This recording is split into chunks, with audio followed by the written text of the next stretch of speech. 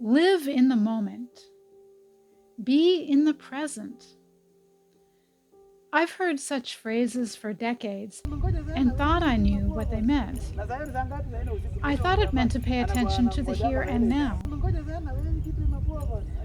While that's not totally the wrong track, it's not exactly the right track either. Not the way I was interpreting it. Looking back over my life, until I realized what it truly meant to live in the moment, I can only pinpoint one incident where I was doing exactly that. And I wasn't even trying. I don't know why it happened or how. Perhaps the serotonin levels in my brain were high enough for me to drop my worries for those few seconds. And I was enjoying myself enough to want to relish that particular moment. I was a young college student, swimming in the pool on my college's campus, treading water at the deep end.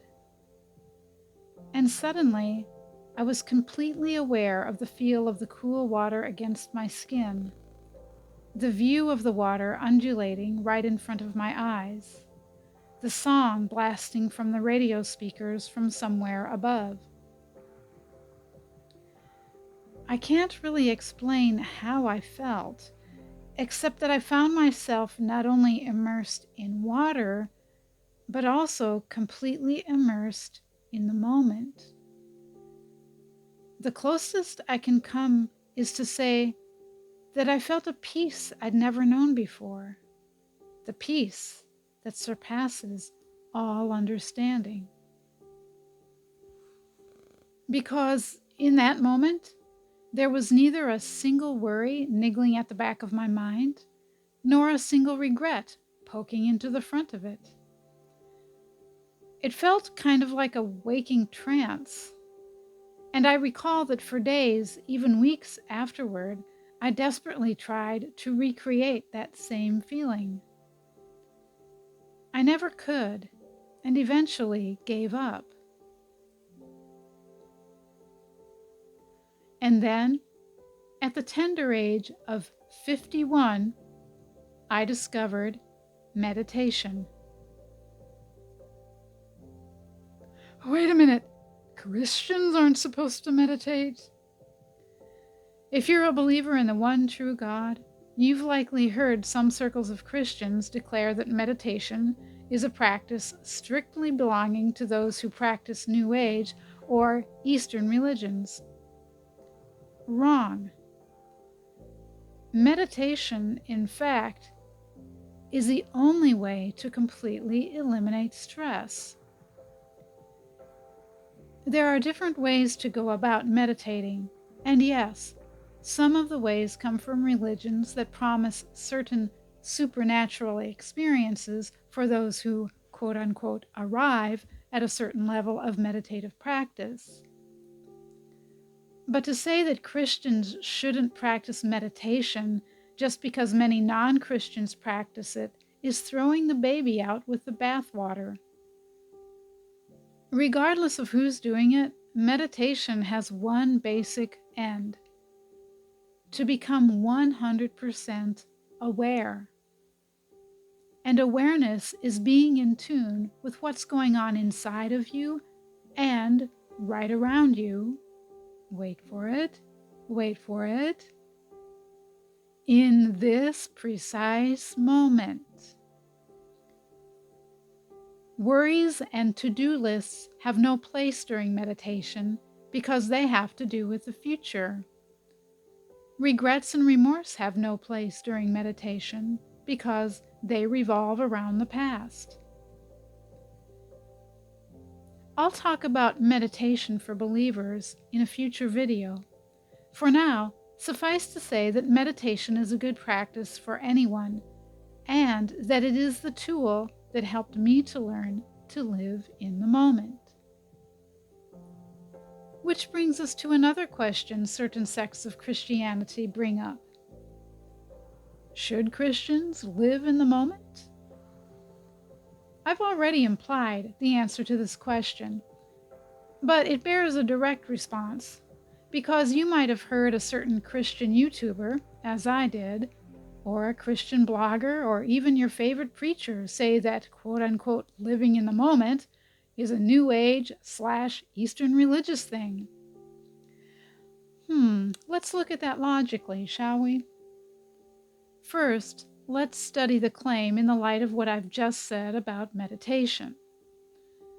If the general end of meditation is to learn to be aware, and awareness refers to keeping your mind completely in the present with no thoughts of either the past or the future, and meditation is a healthy practice for everyone, then it follows that living in the moment is a healthy goal for everyone. Second, we need to look at what the Bible says about regrets and worry. God has taken our sin from us as far as the east is from the west. What is regret if not bringing our past mistakes and sins back close to us? But God neither does that, nor wants us to do so. Meaning, we are actually in disobedience to God when we carry regrets. God also commands us to forgive. Forgiveness is the only means by which we can find healing from past wounds so that we can walk into the calling God has on our lives. Therefore, we can conclude that thoughts that ruminate on past hurts and mistakes are contrary to God's will for our lives. Then there's worry. Worry is nothing more than fear of the future because we're not completely trusting God to work it out for our good. Ever heard the saying, God looks at your plans and laughs? That's because He's already designed your future, which means making long-term plans is a futile effort because you can't control even how the next day will turn out. I'm not saying that making short-term goals and plans is a bad thing or ungodly. I'll talk more about that in a future video.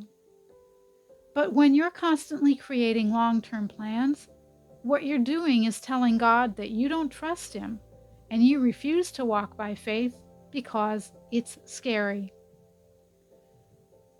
Control freaks are scared to death of their future. Another great topic to dive into in a future video. Of course, not all worries stem from godless plans. Most of the time, they revolve around situations we're facing that we know could have a bad end. Worry is, in essence, assuming the worst will happen, and that when it does, our lives will go to ruin. Yeshua directly addressed this when He told His disciples, as recorded in the Gospel of Matthew, chapter 6 and verse 34, "Do not worry about tomorrow, for tomorrow will worry about itself. Each day has enough trouble of its own." If Christians aren't supposed to live in the past, and they're not supposed to live in the future, which, by the way, is an impossibility at any rate, then there is only one place for us to live: the present. This very moment. God is love. That unconditional love that is His essence is the source of joy and real peace. In order to find true joy, not to be confused with happiness, and real peace, we must be where God is. We must find His presence. And His presence is in the present. Yes, God is eternal. He has been, is, and ever will be. But you have to keep in mind that the construct of time is purely human. God's eternity is, in reality, each moment as it passes. We can't find him in the past nor in the future. We can only find him in this moment that we're living right now. And how do we do that?